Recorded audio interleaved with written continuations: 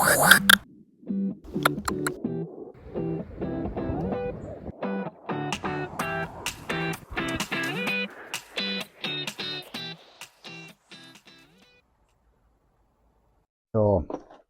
out of the box, let's see what we've got. Let's compare it with a couple of prepared chisels. There we go, and as we can straight away see, the mill marks from the factory, quite severe, and in fact I can actually take my nail and I can feel them under my nail, the ridges, and without getting rid of those milling marks, you're not going to be able to get a high quality sharp edge for your chisel. These are some difference now. Obviously you can see from the ones we prepared earlier, polished. There's a dish in that one which we don't need to take out. All I'm concerned is to have the chisel flat. As you can see, the surface has been flattened, and the sides are also flat, and that gives me a good registration when I'm powering. So that's important then, and obviously this bit gets a particularly high polish at the end. And the same then with this other chisel. Again, got dishes in, didn't need to take them out, as long as I've got a highly polished end, and the sides give me good registration there, so I can lay flat. And then if we turn over, we can see the same issue here again on the tip, only this time running the opposite direction. All this other milling marks, we don't have to worry about that at all. It is only here, and we don't even have to worry about the whole face. That we only have to do the tip, as you can see here on a finished one, and then you've got that super high polish right at the the tip of that, and that gives us that lovely razor sharp edge. One thing we will do before we start though is I'm going to take a diamond file and I'm just going to soften up the corners of this when it comes from the factory and the edges. You will find that these are quite sharp, a little bit uncomfortable to hold, and you can soften those there. This is about a 220 grade file, but you can use sandpaper or diamond stone if you wanted, doesn't matter, and just soften those up, and it makes it very much easier to grip, and there's no chance of opening yourself up there if you slip. Okay, so the main operation to do when you get this from new is to get rid of those milling marks, flatten it down. As I said, you don't need to get rid of some of the dishes, as long as you've got a good registration down the sides and the tip of it is highly polished. That's what we're after. Hi, Ben from Ben Construct, and today we're here to take a chisel straight from the case. They have been slightly used, but they've never touched a honing stone or been polished or flattened, and that's what we're doing here today. Get it to a good state of sharpness, ready for work. Okay, let's go. So over to the sharpening station, and what are we going to use? Well, we'll start with a diamond stone.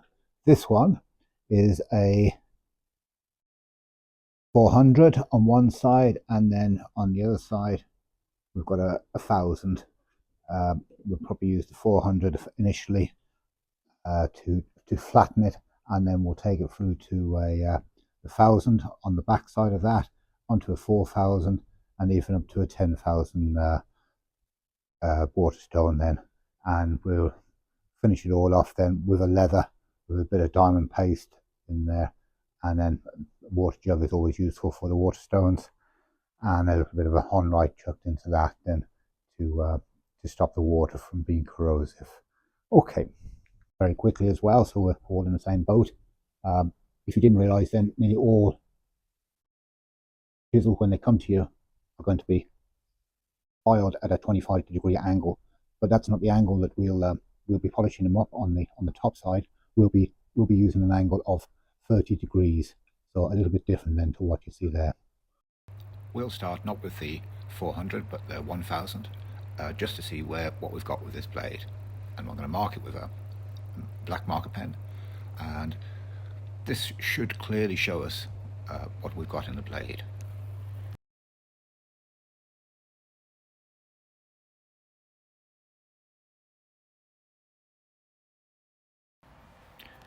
Let's have a look and see what we've got.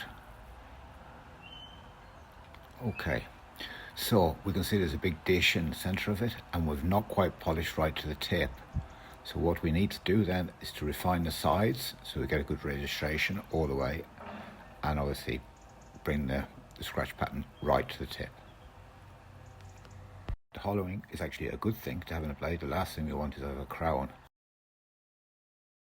A little bit of lubricant on the diamond stone, and away we go on the 400 grade, and give it the hard grind. You'll notice that I'm putting a lot of pressure, downward pressure, on the top of the blade, and my hand here is nearly not doing anything other than to steady the blade, and that's really where that's where the pressure we're putting on.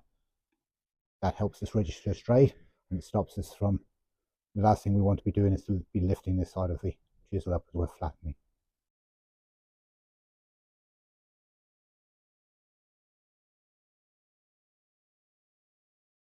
Have a look at that, see how we're doing.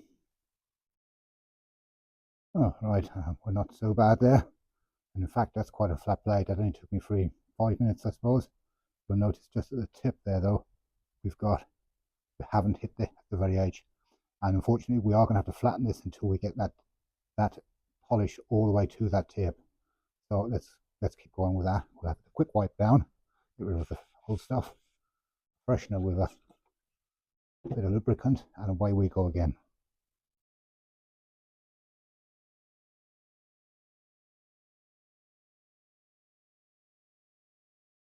Have another little look. A little bit on the tip there. Nearly done.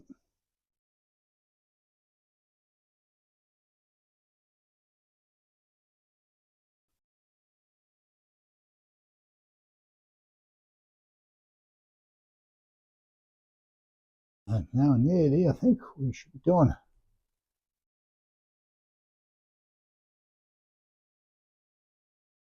So let us flip now from the 400, and we'll quickly turn to the 1000 side of the diamond stone.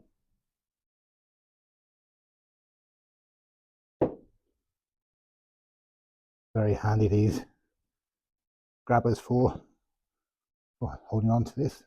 Wipe off there. A bit of fresh lubricant. One thing I like about this kind of area is that you can move around. You can get your chisel down beside it. Some of the filing or sharpening stations I see, they're so low on the floor, you have to take your handle off to actually get the blade down flat enough to do your lapping. But this works well for me anyway. And same again now till we get the scratches. I'm going to go a slightly different angle now, so I can see that I can establish the new scratch pattern for the 1000 grade.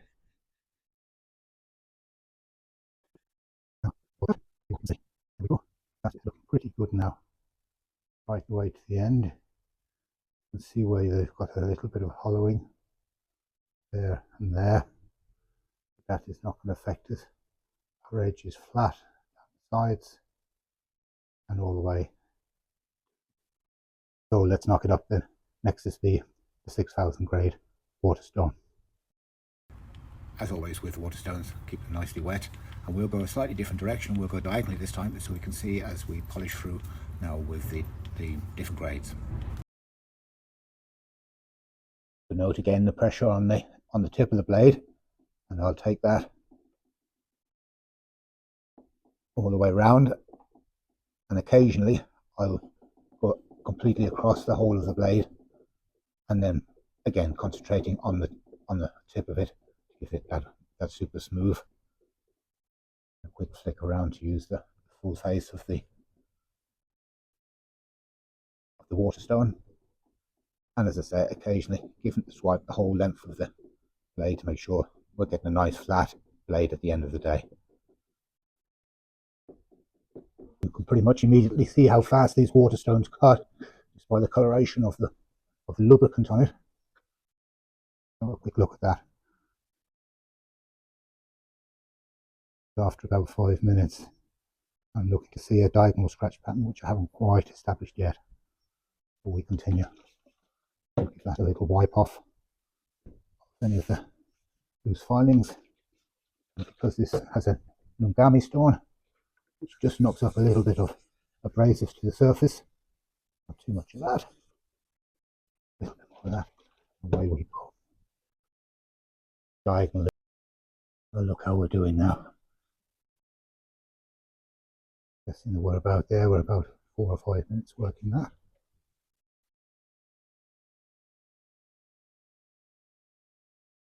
There we go. There's a cross-directional grain. And already you can see it's starting to get mirror finish. We don't have to file this bit.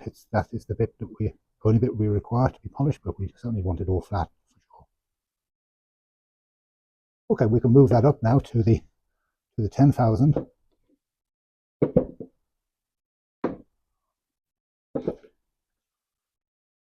Thing to remember with all the waterstones is that you have to always ensure that they're flat. And again, I've got an actual flattening shot, diamond stone, to do that. And you can nearly tell by the grip of it that it's not cross-contaminated me cloths. Get rid of all the sludge. And again, this one will require the Ngami stone just to whip up the cutting paste onto the surface. And we'll give that another hack.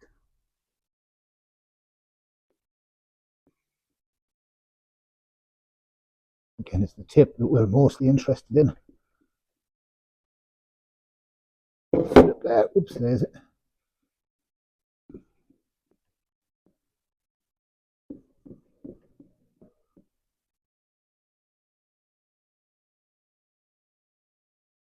Use the end of it there as well. Flip again and get a bit more out of that before we have to clean it.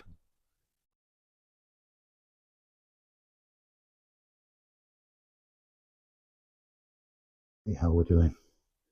I'm going to need a little bit more than that, I'm afraid. That is coming up reasonably good. A little bit more on the tip.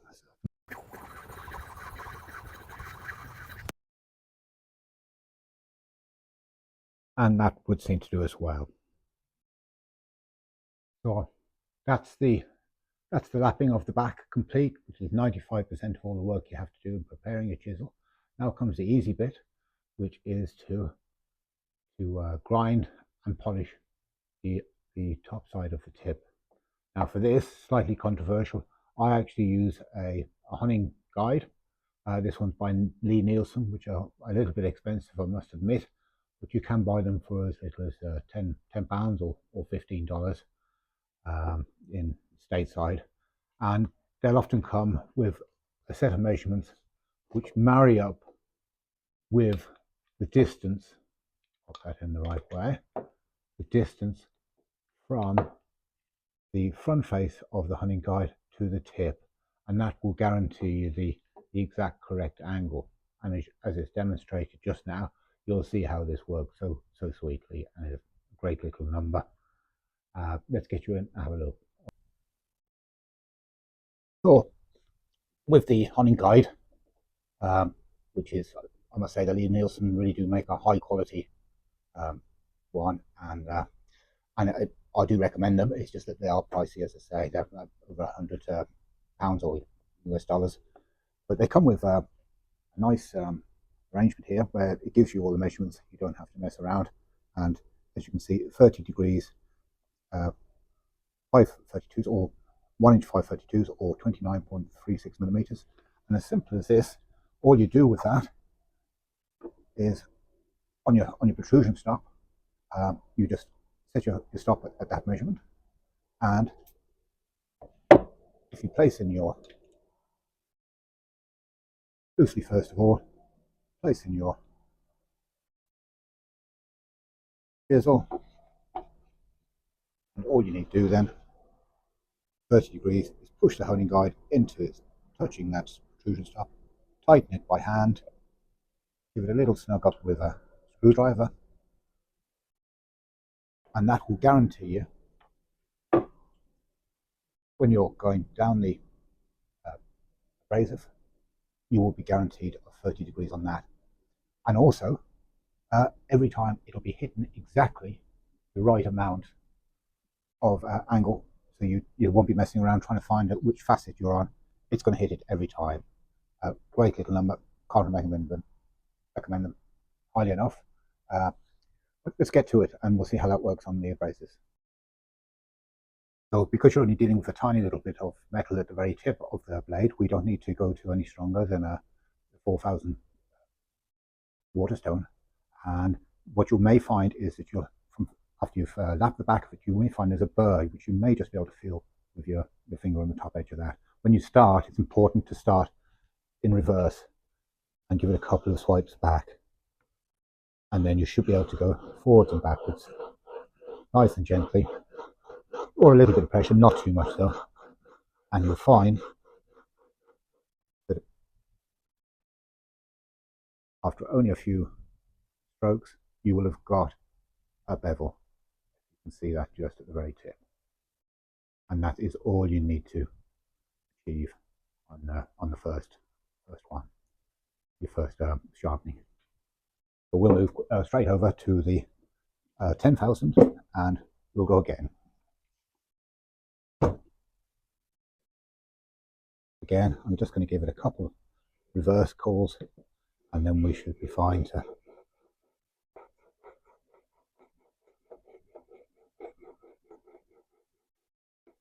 whoop, nearly knocked up. The right cloth here. We'll have a look at that then. Focus, and that is good. And what I'll do to finish off that with is to give it a couple of very light passes just to help remove that burr off the end.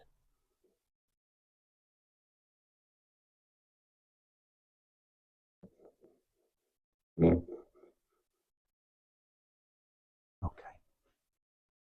And now what you'll find is that the burr from that side will have been brought around to this side, which you may just be able to feel. Not necessary all the time you'll find that, but now we can move straight on to the leather.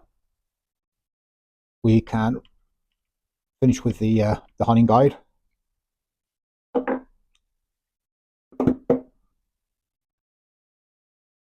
Clean off there. And before we start on the leather, I'm going to point out two things. One is the green paste is normally is a chromium oxide. Just because they're green does not always mean that they're of the right grain. Now this one's by Veratus and it claims to be about 5 microns, which is the right stuff. But even better than the chromium oxide used in this is a diamond paste you can get, which this is down to 0.5 microns or less, and this works a lot better. So we'll just give it a little bit of juice just to refresh our leather, and we can just smear that around a bit with the side of the chisel. No harm doing there. It's going to get moved around once we start with this. Okay, so because we followed that side last, we're going to have a burr on this side, and that's how we'll start. So just lightly dragging this through. I'm going to give it about 10. I'm not pressing very hard, and it's important you don't, because you don't want to fold the leather up over the blade and round off the tip. And then I'm going to find, probably better from this side while you're there, I'm going to find the very tip of that, and I'm going to do the same on the other side, and this should fold the burr back over the other way, which will, of course, eventually fall off. And we'll just keep swapping that over about every 10 times or so. I'll go a few times differently on the blade on the face of it.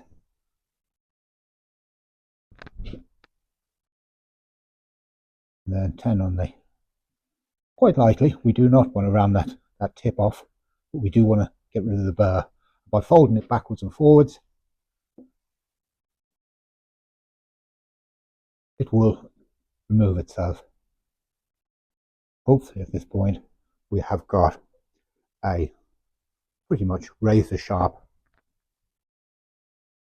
edge. Let's have a look how we're doing.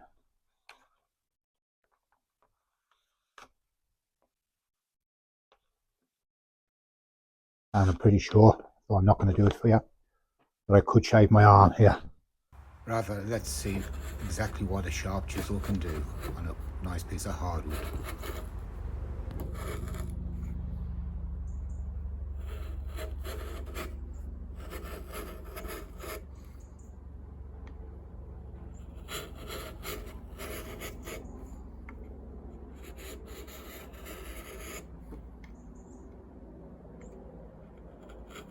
So that pretty much wraps it up for the day.